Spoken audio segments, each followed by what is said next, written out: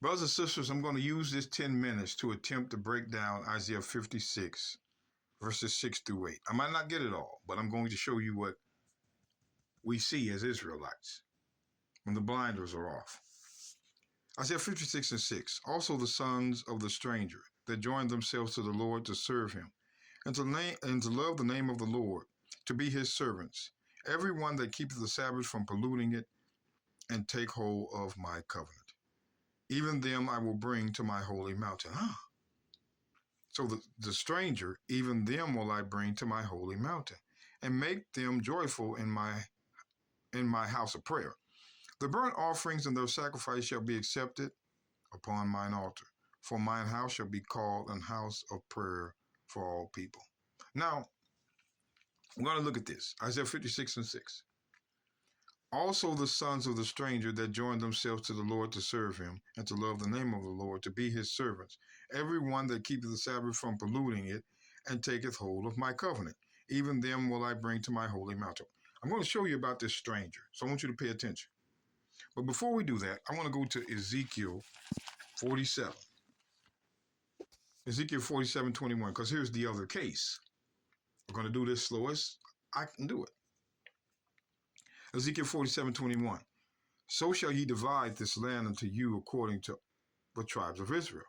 And it shall come to pass that ye shall divide it by lot for an inheritance unto you, and unto the strangers that sojourn among you. The strangers, which shall beget children among you, and they shall be unto you as born in the country among the children of Israel, and they shall have an inheritance with you among the tribes of Israel. And it shall come to pass that what tribe the stranger sojourneth there, shall ye give him his inheritance, saith the Lord God.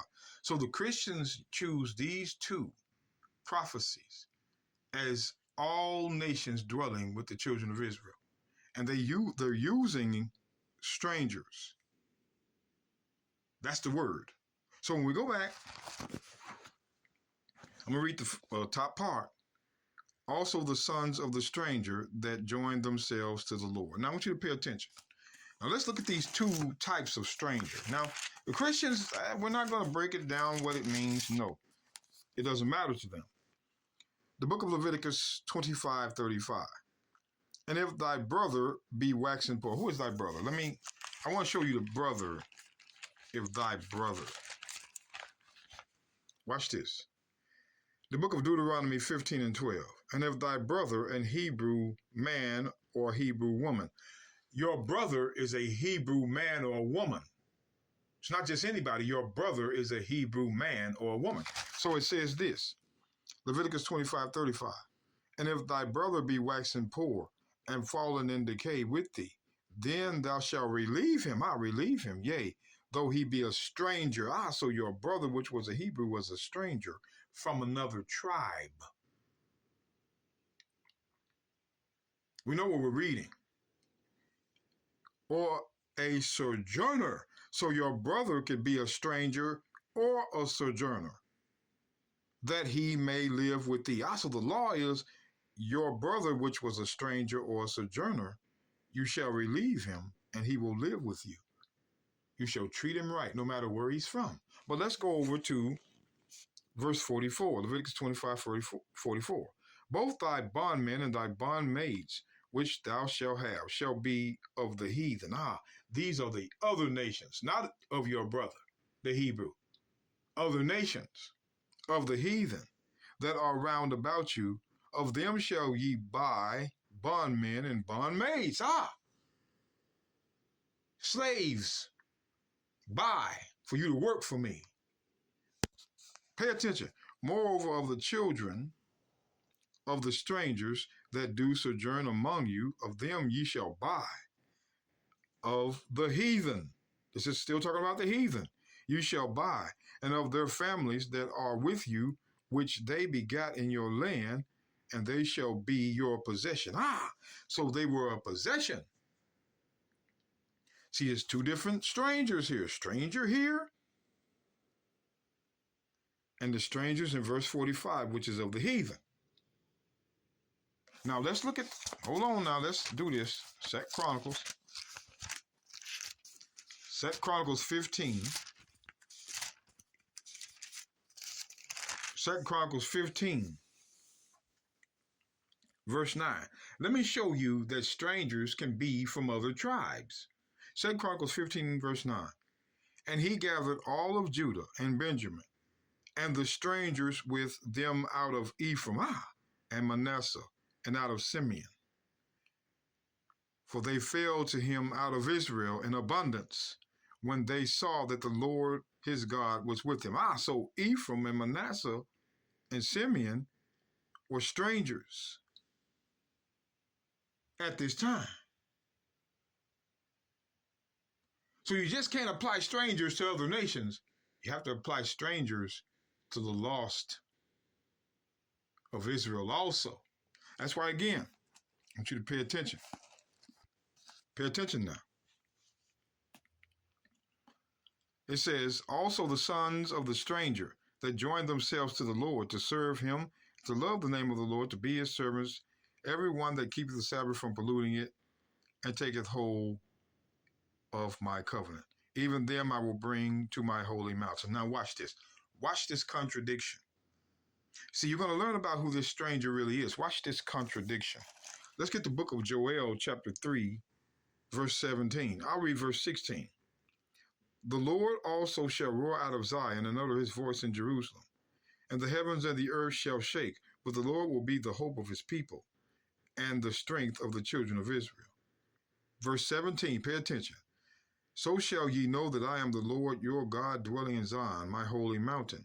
Then is when the sun and the moon is darkened, and the stars will draw their shining. Same prophecy Christ told before his second coming. Pay attention now. Then shall Jerusalem be holy, and there shall no strangers pass through her anymore. Ooh. Joel says during the time that Christ returns, no stranger shall pass through her. That's Jerusalem. No stranger shall pass through her. What's going on here? That's different than what Isaiah's talking about. No stranger shall pass. Wait a minute.